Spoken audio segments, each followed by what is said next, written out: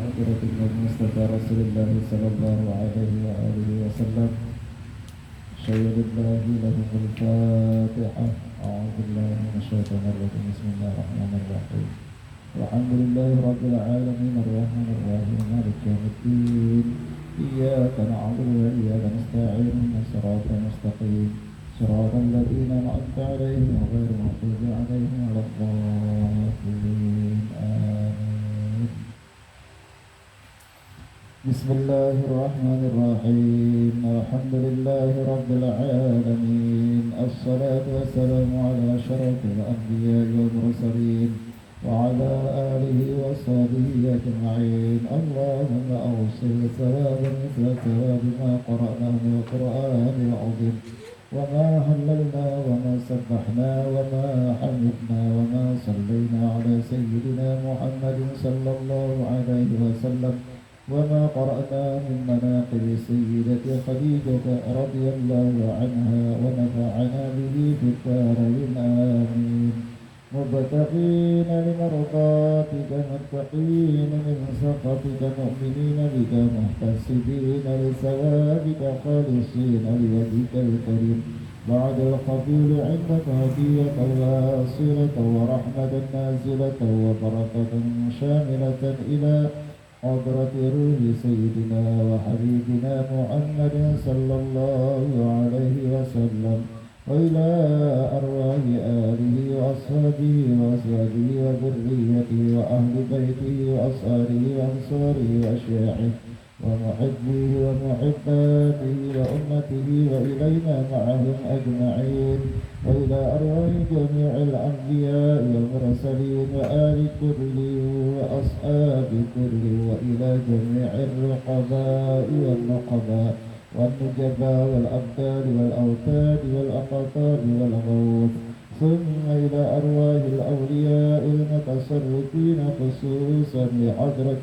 سيدتي خديجة الكبرى رضي الله عنها وأهل بيتها وأزواجها وأصهارها وأتباعها ومحبيها ومحباتها وإلينا معهم أجمعين وإلى أرواح سائر الأولياء التسعة الذين بلغوا الدين في بلدتنا الإندونيسية وسائر الأولياء في العرب والعجم والأئمة المجتهدين وحملة القرآن العظيم والقراء المخلصين والأئمة المحدثين والمفسرين وساداتنا الصوفية المحققين وجميع أهل الطرق والطرق المعتبرة والفقهاء والمؤلفين بالعلوم الشرعية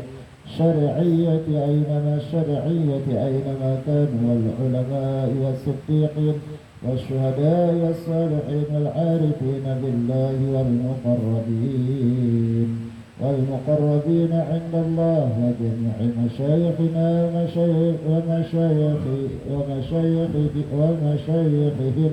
ولمن أوصانا وأوصاهم بالخير وجميع آبائنا وأمهاتنا وأصولنا وفروعنا وأزواجنا وأصهارنا وإخواننا وأخواتنا وأعمامنا وعماتنا وأخوالنا وخالاتنا وأقاربنا وأرحامنا وحواشينا وأتباعنا وجماعتنا وجميع من أحسن إلينا وذوي الحقوق الواجبة علينا وعلى الحاضرين في مجلسنا هذا وعليهم ثم إلى أرواح كافة المسلمين والمسلمات والمؤمنين والمؤمنات خاصهم وعامهم من مشارق الأرض إلى مغاربها ومن يمينها وإلى شمالها ومن قاف إلى قاف إن الله يعلي درجاتهم في الجنة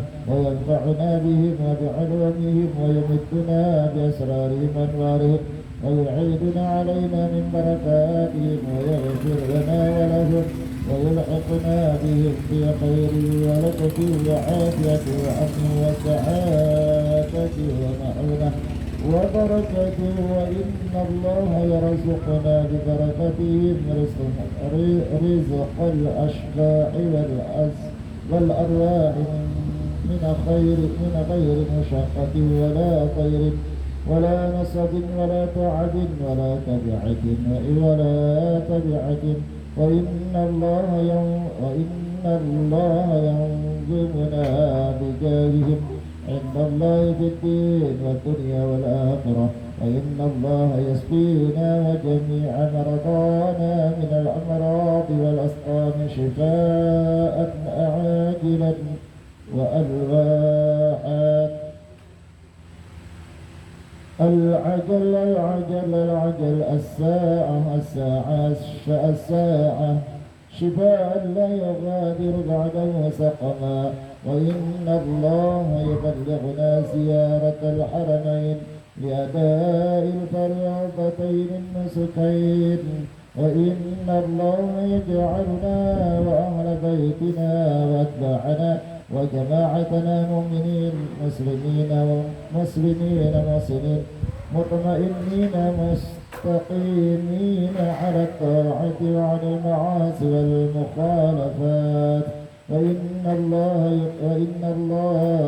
يغفر لنا توابع الحق والهدى، وإن الله يلطف بنا وبهم فيما كانت به المقادير، وإن الله يقضي حاجاتنا وييسر لنا ولهم أمور الدين والدنيا والآخرة، ويهون علينا وعليهم سكرات الموت، ويختم لنا ولهم بحسن الخاتمة بشفاعة سيدنا ومولانا محمد صلى الله عليه وسلم وصاحبة هذه المناقب رضي الله عنها.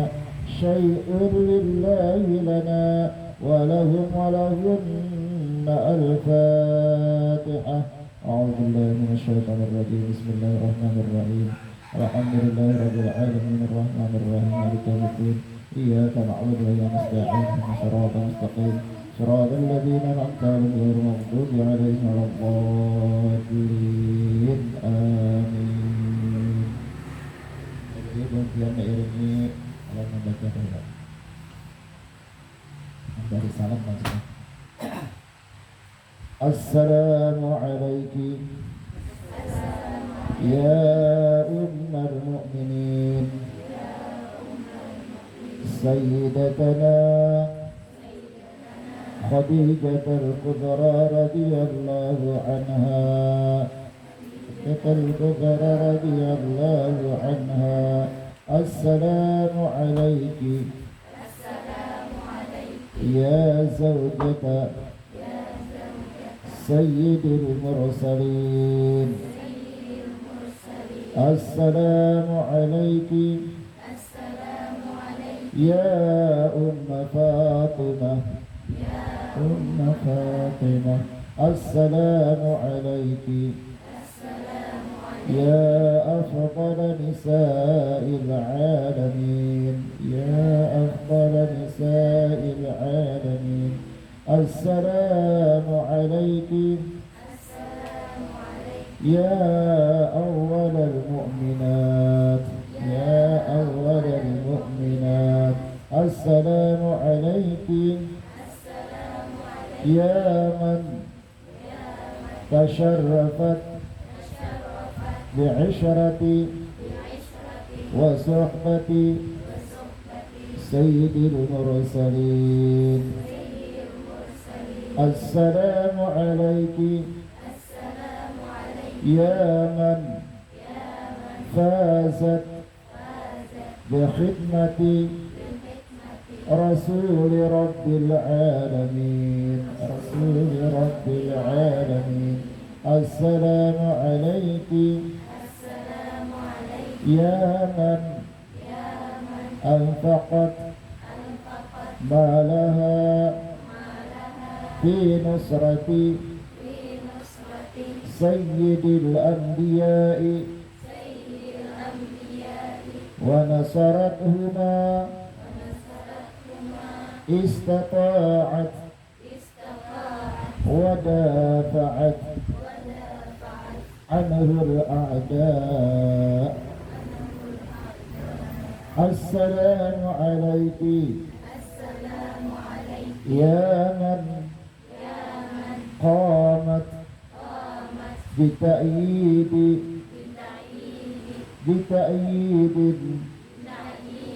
ونصرة سيد المرسلين. السلام عليك يا من سلم عليها جبريل وبلغها السلام من الله الكريم. السلام عليك وعلى من حولك وعلى جميع أزواجي وذريتي رسول الله صلى الله عليه وسلم. رسول الله صلى الله عليه وسلم. ورحمة الله وبركاته. اللهم انشر نفحات رضواني عليها وأمدنا بالأسرار التي أودعتها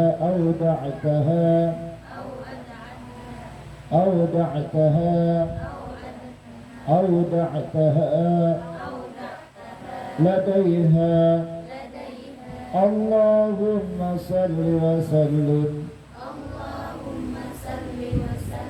على زوجها الأمين سيدنا محمد وعلى آله وصحبه أجمعين. اللهم أعلي درجاتها في الجنة وانفعنا بأسرارها وأنوارها ونفحاتها وخصوصيتها وكراماتها وعلومها. واحمنا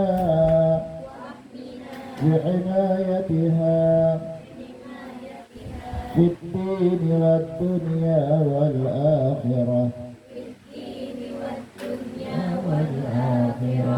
وادفع عنا وعن جميع إخواننا المسلمين من البلايا والمصائب والأمراض والآفات والعامات والفتن ما ظهر منها وما بطن. وارزقنا بجاهها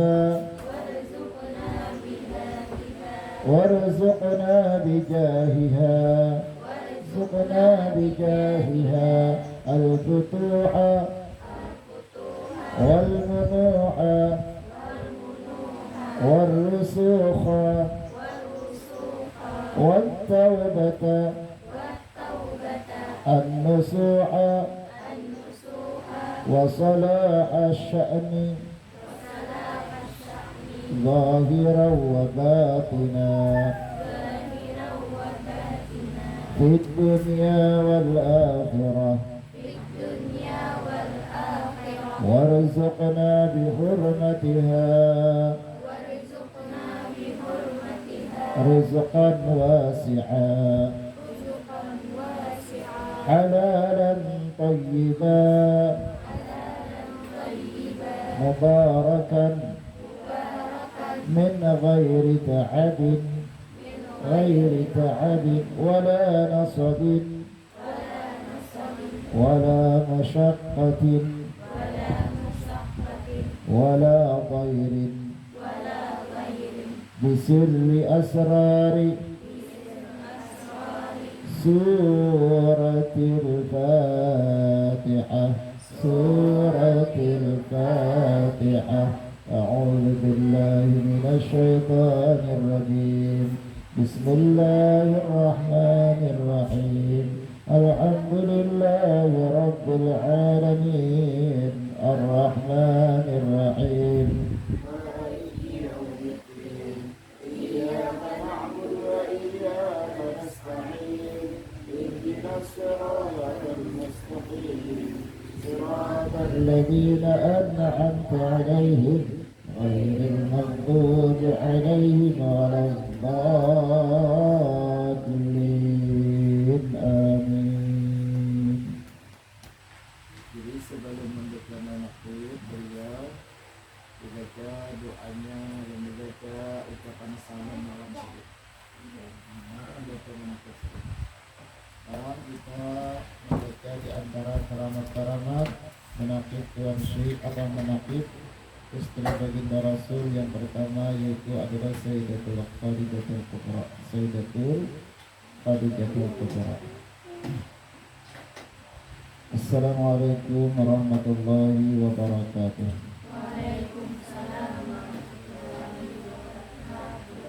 Bismillahirrahmanirrahim. Alhamdulillahi rabbil alamin wassalatu wassalamu ala asyrafil anbiya'i wal mursalin wa ala alihi wa ashabihi ajma'in. Qala subhanaka la ilma lana illa ma 'allamtana innaka antal alimul hakim.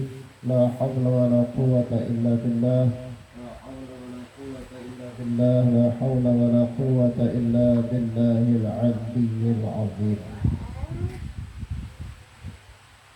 Alhamdulillah, puji dan rasa syukur kepada Allah Ta'ala selalu kita panjatkan karena kita sekarang berada di 2/3 daripada bulan Ramadan.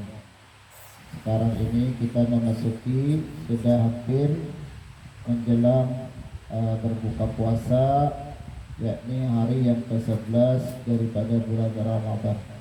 Mudah-mudahan kita selalu diberikan kesehatan, keafiatan, dipanjangkan umur, dimurahkan rezeki, dikabulkan hajat, baik hajat dunia maupun hajat akhirah.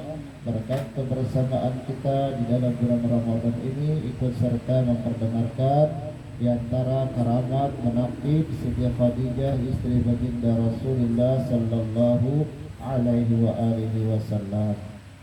Salawat dan salam semoga kiranya selalu terlimpah dan tercurah kepada keharibaan junjungan kita Nabi besar Muhammad sallallahu alaihi wa alihi wasallam, juga kepada keluarga Rasulullah, sahabat Rasulullah dan para pengikut sidin sampai hari kiamat. Mudah-mudahan curahan kasih sayang kesejahteraan terlimpah kepada mereka, amin ya rabbal alamin.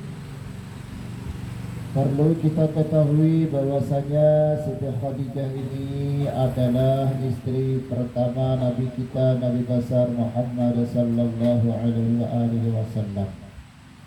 Dari Siti Khadijah itulah Nabi kita memperoleh anak sebanyak 6 orang.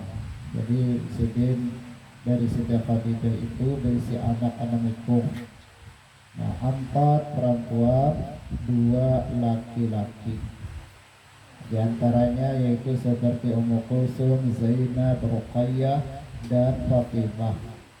Kemudian laki-laki yakni Abdullah dan Abdullah dan Qasim. Nah, jadi 2 itu laki-laki. Jadi Qasim Abdullah. Jadi Qasim Abdullah ini pada saat panjang umur sidin. masa kanak-kanak sudah kurang lebih 2 tahun, kedua-duanya meninggal dunia. Yang sampai berumah tangga yakni anak-anak Siti Khadijah dari Rasulullah, Zainab, Ruqayyah, Ummu Kulsum, dan Fatimah. Cuma diantaranya ada yang gak anak, ada yang kada, ada yang gak anak tapi jatuh sakit meninggal dia. Hanya Siti Fatimah yang menurunkan keturunan atau zuriat sampai akhir zaman. Siti Fatimah kawin dengan Sayyidina Ali karramallahu wajhah. Sayyidina Ali adalah peranah lawan Siti Fatimah, peranah pemerintah, sepupu sekali dari Rasulullah Sayyidina Ali. Karena Sayyidina Ali ini kuitan bading sanak apa namanya, abah Nabi kita itu bading sanak lawan Abu Thalib.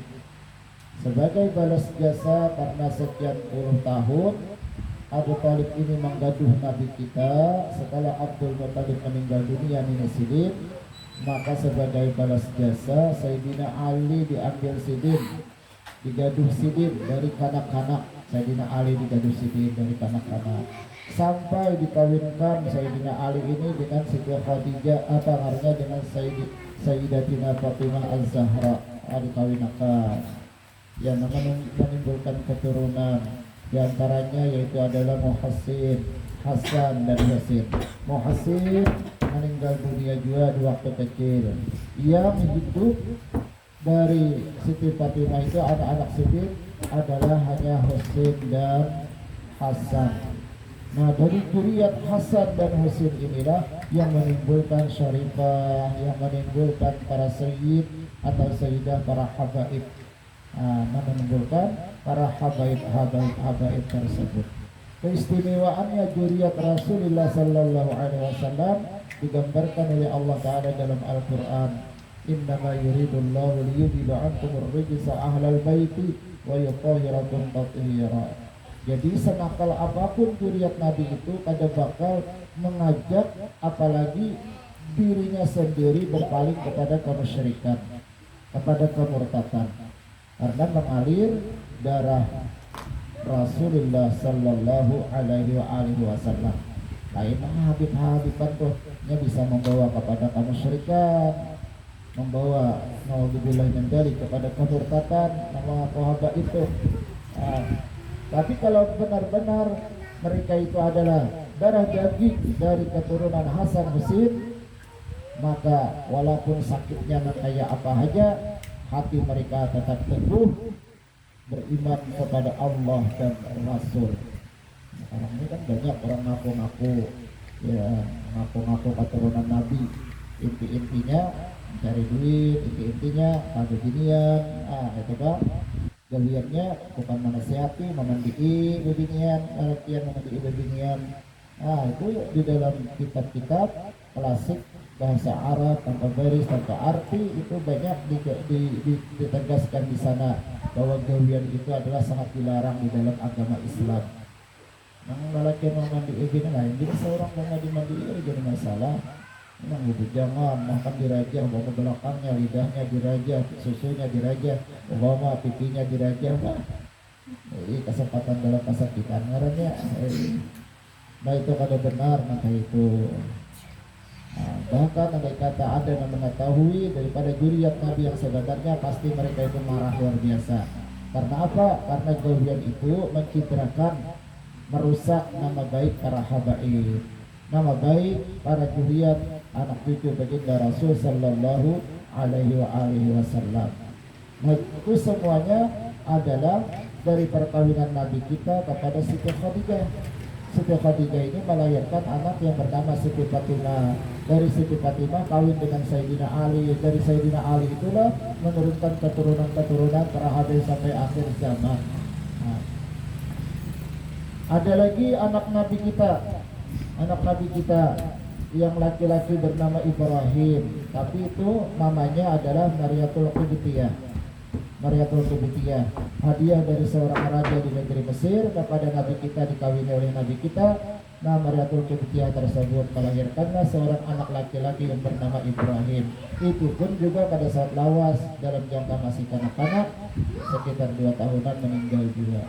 Nah, meninggal terus anak Nabi itu. Ujiannya sangat berat karena para Nabi dan Rasul adalah mereka-mereka yang benar-benar menerima ujian yang sangat berat. Makanya kita selalu dianjurkan berdoa kepada Allah Subhanahu wa taala. Di akhir surah Al-Baqarah ada qul rabbana wa la tahmil 'alaina isran kama hamaltahu 'alal ladzina min qablina rabbana wa la tuhammilna ma la taqata lana bih wa'fu 'anna waghfir lana warhamna anta maulana fansurna 'alal qaumil kafirin. Nah, itu adalah ayat akhir daripada surah Al-Baqarah. Nah, itu sangat besar manfaatnya, sangat besar faedahnya, sangat besar penggunaannya, khasiatnya ayat tersebut. Ujar Nabi kita, alhamdulillah aku diturunkan oleh Allah Ta'ala berupa 2 surah. Yang 2 surah itu adalah menjadikan cahaya terhadap umatku. Siapapun yang membaca daripada salah satu 2 surah tersebut, maka diampuni dosa dan kesalahannya sebesar apapun. Yang pertama adalah suratul Fatihah, yang kedua adalah 2 ayat di akhir surah Al-Baqarah. Mulai amanar rasul bima unzila ilaihi min rabbih wal mu'minuna kullun amana billah wa malaikatihi wa kutubihi wa rusulihi la nufarriqu baina ahadin min rusulihi wa qalu sami'na wa ata'na ghufranaka rabbana wa ilaikal masir la yukallifullahu nafsan illa wus'aha laha ma kasabat wa 'alaiha ma kasabat rabbana la tu'akhidna in nasina wa akhtana rabbana wa la tahmil 'alaina isran kama hamaltahu 'alal ladzina min qablina rabbana wa la tuhammilna ma la taqata lana bih wa'fu 'anna waghfir lana warhamna anta maulana fansurna 'alal qaumil kafirin. Kita umpama kan rajinan nih sembahyang tahajud, ada rajinan sembahyang qiyamul lail. Tatkala akhir daripada sembahyang isya kita baca ayat tersebut, 2 ayat tersebut, insyaallah kita akan memperoleh ibadah semalaman sampai fajar. Apalagi kita mampu beribadah. Sedangkan membaca 2 ayat tersebut daripada surah Al-Baqarah mempunyai kelebihan. Setelah sembahyang fardu isya kita baca atau hendak guring kita baca, memperolehlah nilai pahala kita melaksanakan ibadah seumpama orang melaksanakan ibadah semalaman suntuk sampai terbit fajar. Jadi mengkawa, dihafal, dibaca. Nah, itu bagus benar bacaan tersebut. Makanya diabadikan oleh Allah Ta'ala dalam Al-Quran sebagai wahyu Allah Subhanahu wa Ta'ala yang diturunkan kepada junjungan kita Nabi besar Muhammad sallallahu alaihi wasallam. Sekarang kita sedikit mengetahui semasa Nabi kita kawin dengan Siti Khadijah, beliau pada pernah kawin dengan wanita-wanita lain. Pada pernah nikah Nabi kita dengan wanita-wanita lain, pernah. Selama beliau kawin dengan Siti Khadijah. Setelah wafat Siti Khadijah, Allah Ta'ala mewahyukan kepada Nabi kita agar mengawini mengawini Sauda, mengawini tidak salah Sauda Zainab kan? Karena itu adalah wanita yang berkeluarga dengan Nabi kita, berkeluarga dengan Siti Khadijah, memiliki sifat kasih sayang luar biasa lawan anak yatim. Apa artinya? Lawan anak-anak yang ditinggalkan oleh ibunya. Makanya dikawini oleh Nabi kita, walaupun istri pertama sendiri itu ganal awaknya, ganal uangnya. Nah, diantaranya lagi Nabi kita itu kawin dengan Siti Aisyah. Banyak Nabi kita tuh yang kada salah 11 Nabi kita tuh mempunyai istri. Semuanya itu tidaklah pernah dikawini oleh Rasulullah melainkan atas perintah Allah Subhanahu wa Ta'ala. Jadi semuanya itu adalah perintah Tuhan, karena ada suatu sebab yang menjadikan hukum, dasar hukum kepada umat Nabi kita Nabi besar Muhammad sallallahu alaihi wasallam. Sekarang kita memasuki keramat beliau. Jadi Siti Khadijah ini mempunyai keramat yang sangat besar, mempunyai keramat yang sangat agung. Tidak ada melebihi keramat yang diberikan oleh Allah Ta'ala selain kepada Siti Khadijah. Walaupun wali Tuan Syekh Abdul Qadir Jailani, walaupun Tuan Syekh Ahmad bin Muhammad At-Tijani, walaupun umpama Tuan Syekh Muhammad Salman Al-Madani, atau para wali-wali yang lain. Dibandingkan dengan Siti Khadijah, maka Siti Khadijah lah yang lebih unggul, yang lebih besar kewalian dan keramat yang diberikan oleh Allah Subhanahu wa taala. Jadi beginian yang memiliki pangkat yang luar biasa di sisi Allah. Jadi apa ngarannya? Ada aja babinan itu yang melebihi nilainya pangkatnya di sisi Allah daripada kaum laki-laki, yaitu adalah Siti Khadijah radhiyallahu anha. Beliau mempunyai keramat yang sangat agung, bahkan beliau itu adalah sebagai penghulu daripada semua para aulia Allah Ta'ala. Gampanglah Siti Khadijah selama seumur hidup sidin mendampingi Rasulullah Sallallahu Alaihi Wasallam. Harta kekayaan sidin 2/3 daripada harta kekayaan yang ada di kota Makkah itu 2/3 harta kekayaan sidin. Seluruh kota Makkah ini dikumpulkan hartanya. Jadi semua harta itu 2/3 milik Siti Khadijah. Daripada kayanya luar biasa Siti Khadijah ini. Luar biasa sih. Setelah kawin dengan Nabi kita, menikah dengan Rasulullah Sallallahu Alaihi Wasallam, harta yang sekian banyak itu diserahkan oleh Siti Khadijah kepada Rasulullah untuk memperjuangkan agama Islam. Diserahkan senyap. Sampai-sampai Siti Khadijah ini ada lagi berisi kain sebagai kain kapan untuk persediaan sebelum meninggal dunia. Untuk kain kapan aja ada berisi. Mengapa jangan ditukupakan ke batang tubuh sidin tatkala sidin akhir hayat kaina? Tidak, ada lagi berisi kain jangan menutupi batang tubuh sidin tatkala sidin wafat meninggal dunia. Daripada semua harta itu diserahkan sidin kepada Rasulullah Sallallahu Alaihi Wasallam. Nah, makanya di situ ada Rasulullah memberikan nasihat kepada Siti Fatimah. Ujar Rasulullah, wahai anakku Siti Fatimah, apabila salah satu di antara perempuan itu memiliki harta yang banyak, kawin dengan laki-laki yang kadang memiliki harta. Ada harta, lebihnya berharta banyak peninggalan arwah yang lakinya bahari umpama, atau memang dia berusaha umpama dengan gigih berusaha sukses usahanya, kemudian berisi laki yang kada mampu umpama.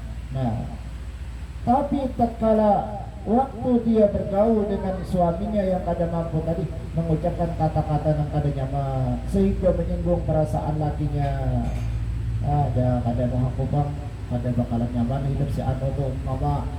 Ada cawat warah di Jawa ke rumah mama kawin menjakuni, ada cawat warah aja maka 60 tahun gugur amal ibadahnya, lebur pahala amal ibadahnya apabila dia kadang bertaubat dan minta ampun kepada suaminya. Kalau ini mama buat biar sugi mama kayaknya harta entah di mana kada tahu kita nasib seseorang ini, kada tahu kita siapapun yang kada tahu tentang rezeki seseorang.